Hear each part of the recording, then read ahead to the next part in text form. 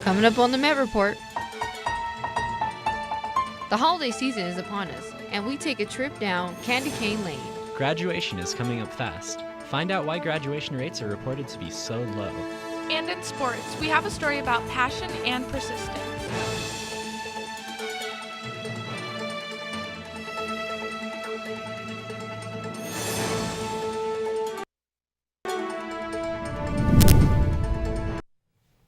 It's Friday, December 7th, and this is the Met Report. My name is Jacob Wilson.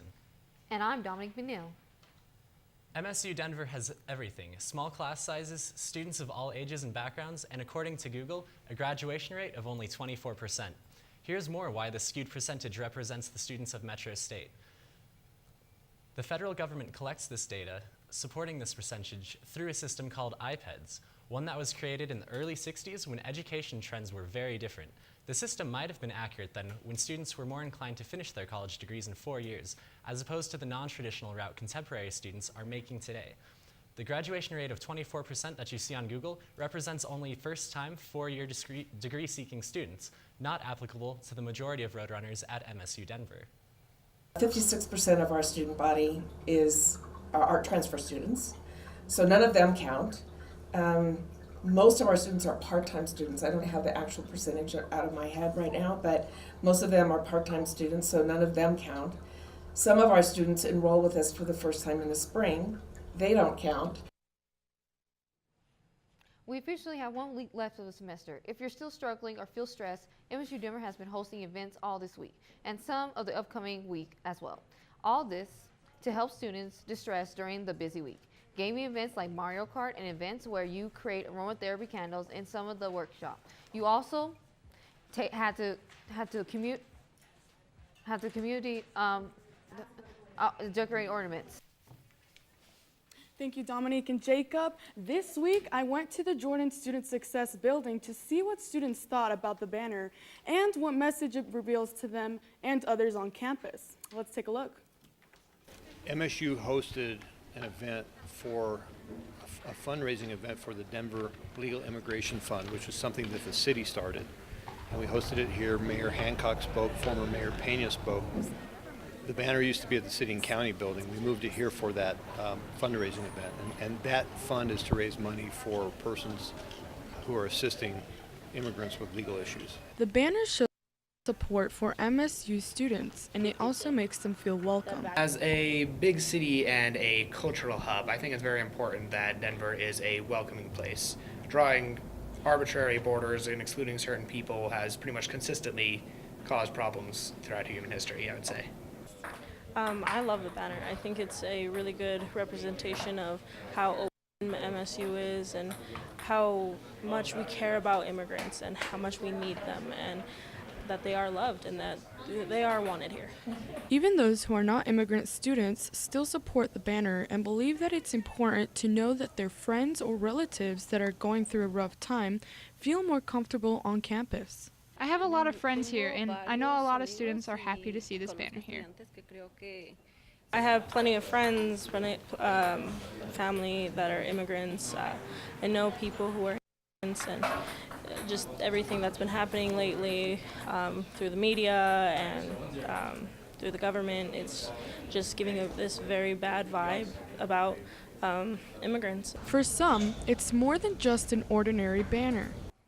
I think that they did something really good for all the students, especially for the students that aren't undocumented in this country. I think that for them, this makes them feel at home and reminds them that they have different opportunities to keep moving forward. For the Met Report, Allison Agrette. Decriminalize Denver organization collected signatures this Thursday on the Auraria campus in hopes to decrease misdemeanor felonies and increase research studies for mushrooms. I took a look at this concern and learned more about it.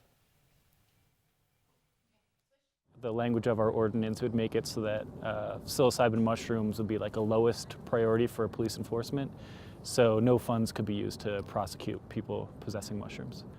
Basically, we're trying to change the law so that people aged 21 and over here in Denver caught possessing mushrooms would face no jail time and no fine. Possession of mushrooms is a felony. You could go to prison for possessing this mushroom. I just don't think anybody should be incarcerated for possessing a mushroom. The very notion of that is absurd.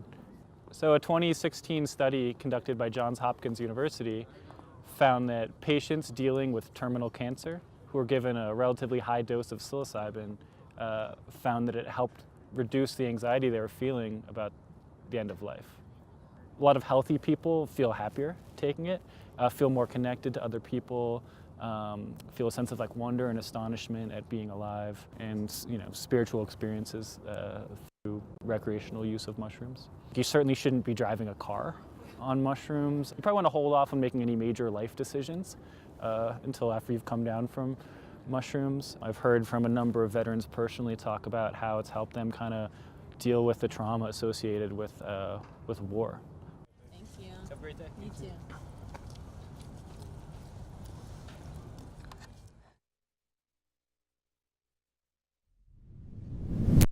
Welcome back to the Met Report. I'm Hunter Oswald. Looking at our radar and satellite today, you can see that it's clear skies across the board in Denver. Right now outside it's 41 degrees, but it feels a little bit colder because of a wind coming in from the east. Planning out your day today, it's going to get a little bit warmer around lunchtime. It's going to cool down tonight though, and if you're planning on going out, maybe wear a jacket wherever you go. Our high today is going to be 41, and it's going to stay sunny, and that's going to be the pattern that's going to be followed into the weekend. Tonight it's going to cool way down, but it's going to be clear, so if you're going out, like I said, make sure you wear a jacket. Coming up, I'll give you the 7-day forecast and the photo of the week. Up next is Daniel with entertainment.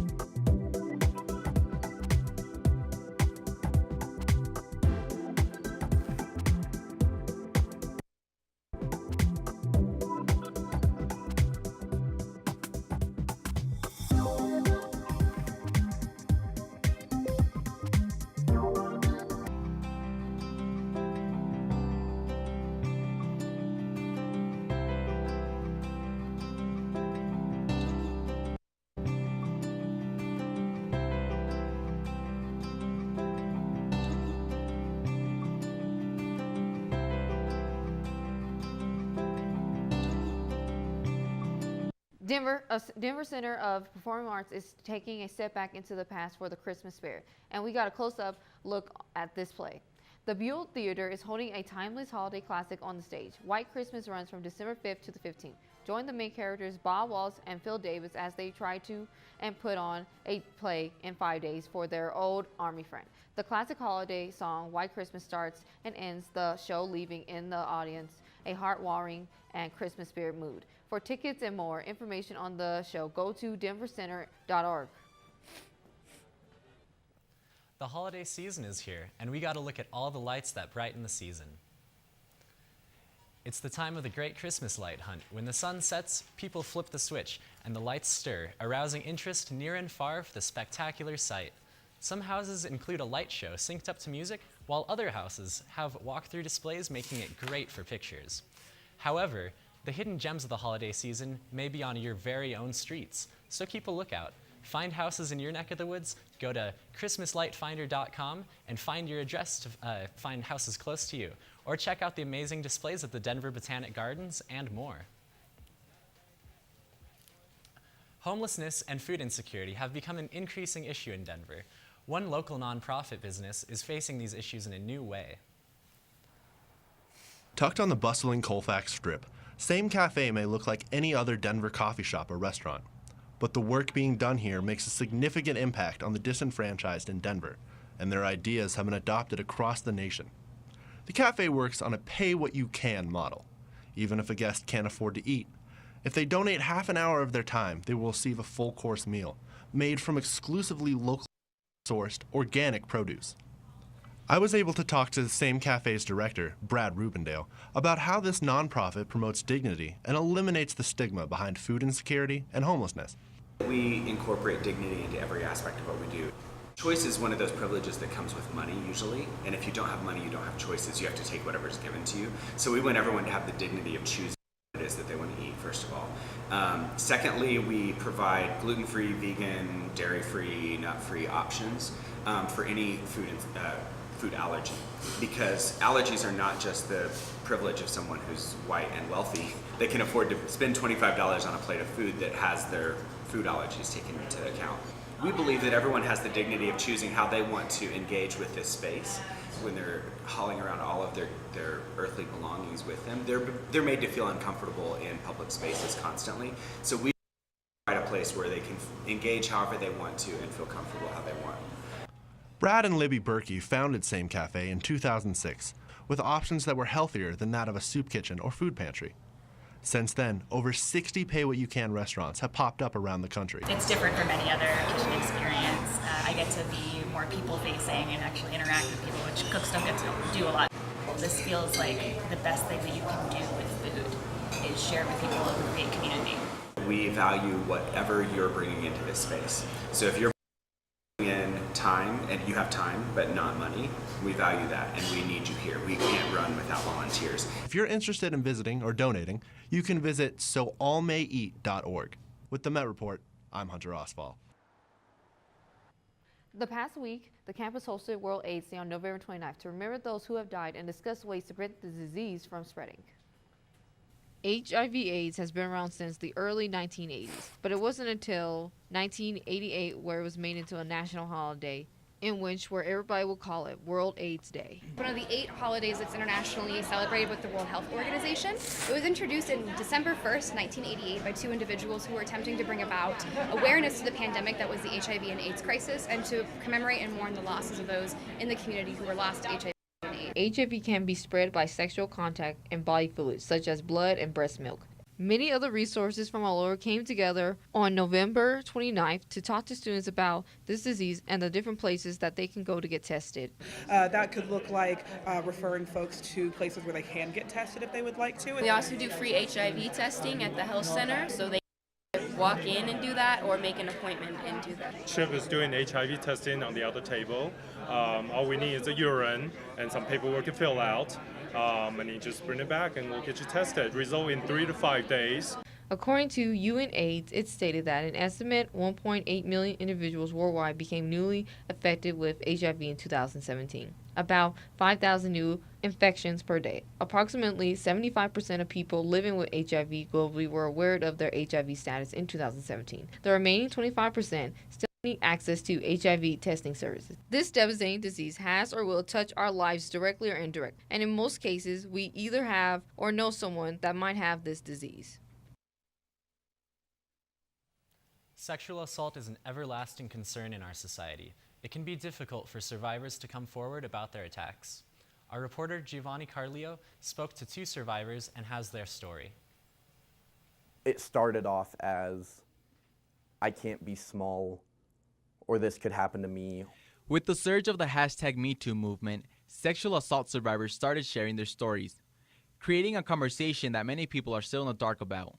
However, there are still multiple women, men, and children who are susceptible to these attacks. According to the Rape, Abuse, and Incest National Network, an American is sexually assaulted every 98 seconds. There's a lot of sex assaults that are stranger sex assaults, and then there are people who are known to them.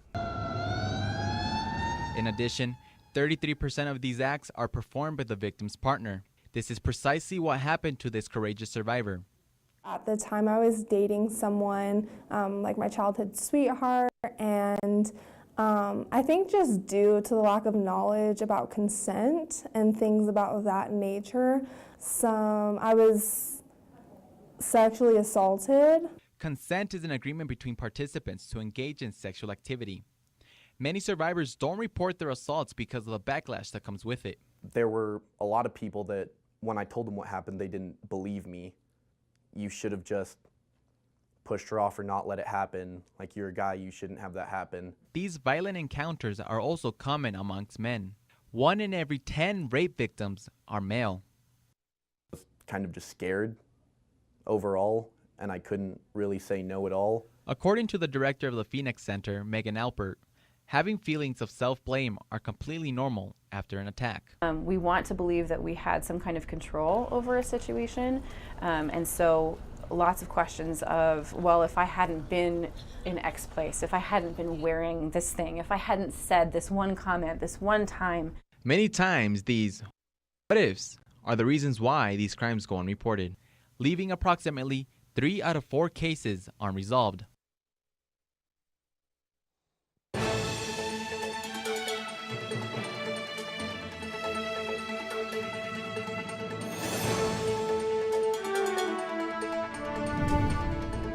Welcome back. Looking at the next 48 hours here, we can expect showers in our neighbors to the south. But in Colorado, it should stay fairly clear in the Denver metro area with some slight snow showers in the mountains. Looking at our temperatures here, tonight it's going to be cold, low 30s, high 20s. And getting even later, it's just going to continue to cool down for the rest of the night. But tomorrow afternoon, it's going to be pretty warm with 45 degrees in Denver, 49 in Golden. Looking at the 7-day forecast, looking at tomorrow, we're going to have a high of 48. It's going to stay sunny with a slight breeze coming in from the northeast. Looking at our 7-day forecast here, we can expect nice sunny weather for the weekend that continues on into the rest of the week until about Thursday, when we're going to only have a high of about 37 degrees, and it's going to start to cool back down again. Our photo of the week comes from Denver, Colorado, and if you would like to submit your photo of the week, you can do so at the Met Report on our Facebook, Twitter, or Instagram. Coming up next is Daniel with entertainment.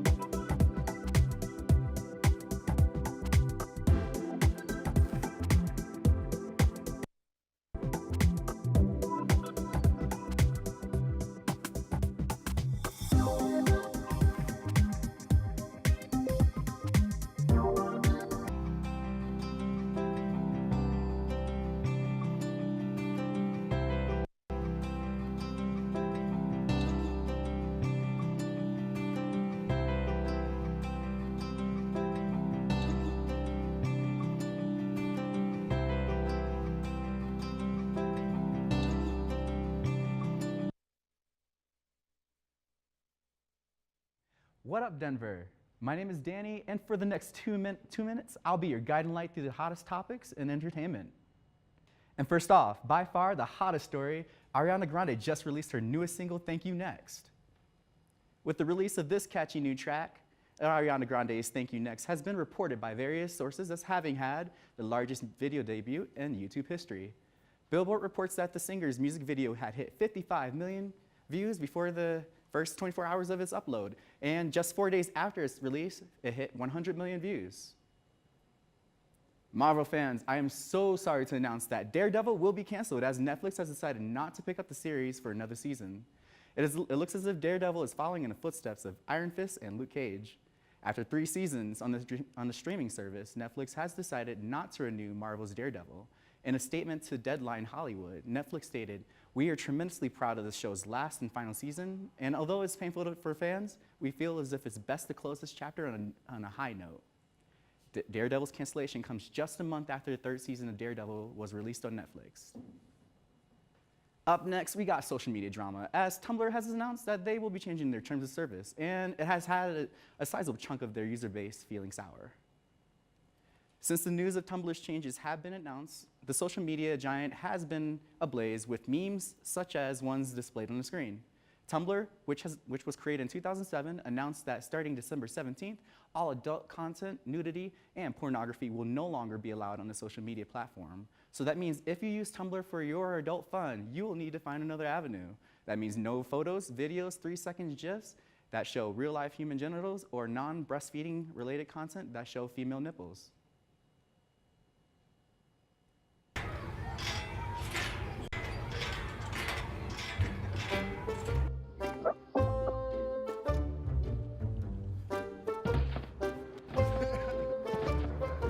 Ballerina.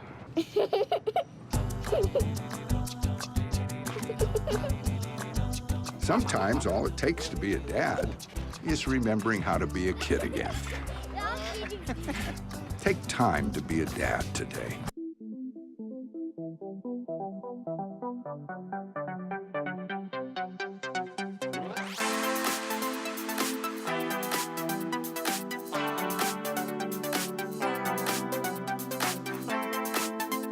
Thanks for joining us on the Met Report. Thanks for joining me here on Student Corner. It's the Nightly Met. And welcome to MSU Denver Lab.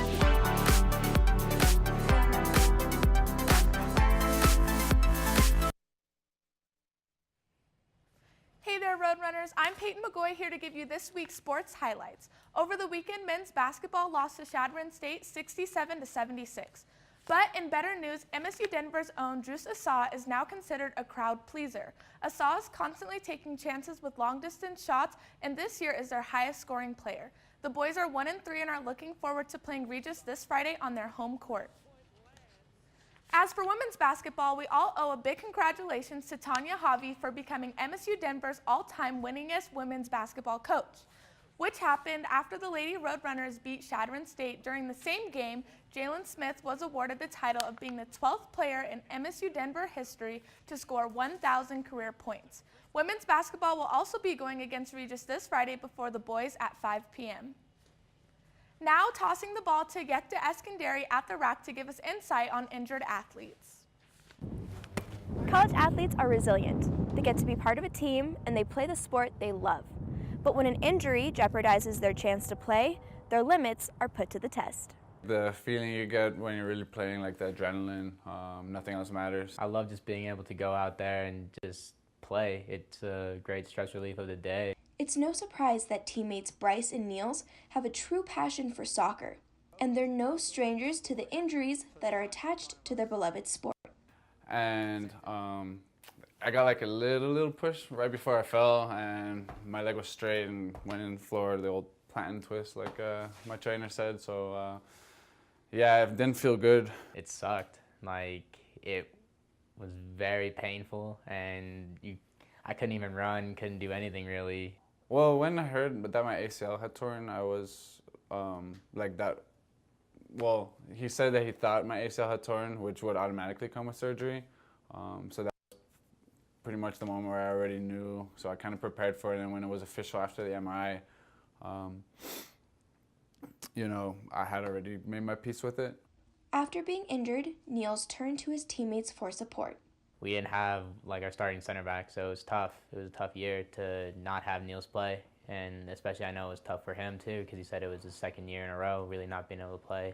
The team is like shows empathy. I'm still like right in that whole atmosphere. According to an NCAA injury percentage breakdown, 5.5% of injuries are concussions, 4.3% are head, face, and neck, 6.2% are upper limb, 14.7% are torso and pelvis, and 65.6% are lower limb. With this study, it's important to be aware of any injury, no matter the percentage. For the Met Report, Yekta Eskandari. Let's hope those student athletes find some medical relief and take a nice easy break over the winter break. Yeah, super heartwarming story. I think it's definitely clear that Metro cares about its athletes. I'm saying, but unfortunately that's all the time we have here today for tuning in. But before we go, our reporter Brendan Minchef has a final goodbye for our 41st president. Let's take a look. George Herbert Walker Bush was born June 12, 1924, to parents Prescott Sheldon and Dorothy Bush. Following the attack on Pearl Harbor in 1945, Bush enlisted in the U.S. Navy, becoming a naval aviator. After being honorably discharged in September 1945 following the surrender of Japan, Bush enrolled at Yale University, earning his bachelor's degree in economics in 1948. Bush was elected to the U.S. House of Representatives in 1966, and he quickly rose through the ranks, gaining a seat on the U.S. House Committee on Ways and Means. He was re-elected in 1968. Bush held several positions, including U.S. Ambassador to the United Nations, Director of the CIA, and a part-time teaching position at Rice University. In 1979, Bush decided he was going to run for president. Although he was handedly beaten by Ronald Reagan in the 1980 Republican primaries, Reagan appointed Bush as his running mate at the Republican National Convention, and the two were elected to Washington that November. In 1988, it was George Bush's turn to run for president. Although the Republican primary was not a cakewalk for Bush, he won the nomination and gave the famous 1,000 Points of Light speech. He would go on to win the presidency 426 electoral votes to 111. George Herbert Walker Bush was sworn in as the 41st President of the United States on January 20th, 1989. Over the course of the next 4 years, Bush would do his best to control the federal deficit and a rising unemployment rate, and struggle with an increasingly hostile Panama and Middle East. However, Bush also oversaw the end of the Cold War, worked with Canada to create the North American Free Trade Agreement, and started the Daily Points of Light Award, recognizing those who take action to better their communities. In the last decade of his life, George H.W. Bush continued to do what he could to support his country while making sure not to pass up on the fun stuff. In 2011, he was awarded the Presidential Medal of Freedom by President Barack Obama. And to celebrate his 90th birthday in 2014, Bush jumped out of an airplane, keeping a longtime promise. And I do not mistrust the future. I do not fear what is ahead, for our problems are large, but our heart is larger. Our challenges are great, but our will is greater.